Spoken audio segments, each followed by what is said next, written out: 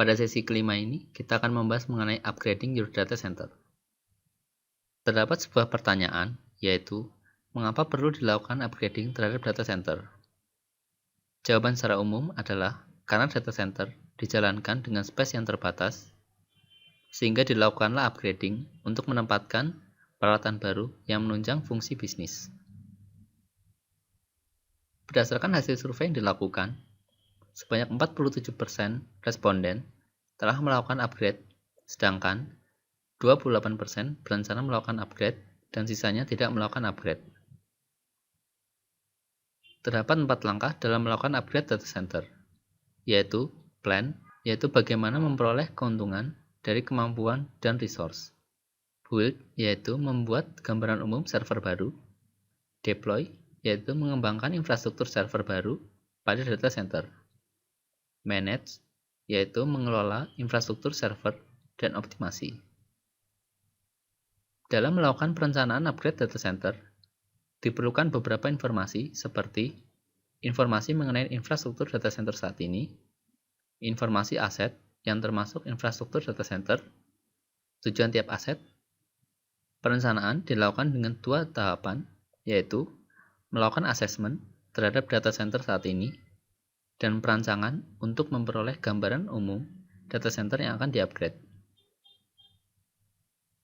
Pada saat pembangunan, perlu dilakukan beberapa hal berikut, yaitu membuat gambaran data center baru sebagai perhitungan terhadap efektivitas dan efisiensi biaya, langkah-langkah mengubah arsitektur data center lama ke data center yang baru untuk memaksimalkan efisiensi dan konsistensi konfigurasi data center, membuat disaster recovery plan sebagai penanganan resiko dalam proteksi data, dan monitoring proses testing untuk mengatasi masalah yang timbul sebelum dilakukan deployment. Terdapat 3 tahapan dalam melakukan pengembangan pada upgrade data center, yaitu melakukan otomatisasi pada saat deployment dan monitoring sistem, memaksimalkan penggunaan data center, dan terakhir adalah melakukan migrasi data secara aman dan memastikan bahwa data tidak hilang ataupun rusak. Setelah berhasil melakukan upgrade pada data center, terdapat beberapa hal yang perlu dilakukan, yaitu monitoring terhadap infrastruktur untuk memastikan teknologi dan lisensi yang digunakan up to date, monitoring keamanan jaringan, menyesuaikan performansi dan availability dengan SLA, dan memastikan konsistensi konfigurasi server. Terdapat beberapa cara dalam melakukan upgrade data center, tetapi yang akan dibahas adalah konsolidasi server, virtualisasi, dan green data center. Pada bagian ini, kita akan membahas mengenai konsolidasi server, virtualisasi, dan green data center. Terdapat beberapa alasan dalam melakukan upgrade data center. Di antaranya adalah pengurangan biaya, manajemen penyimpanan, peningkatan jumlah pelanggan, integrasi, dan lain-lain.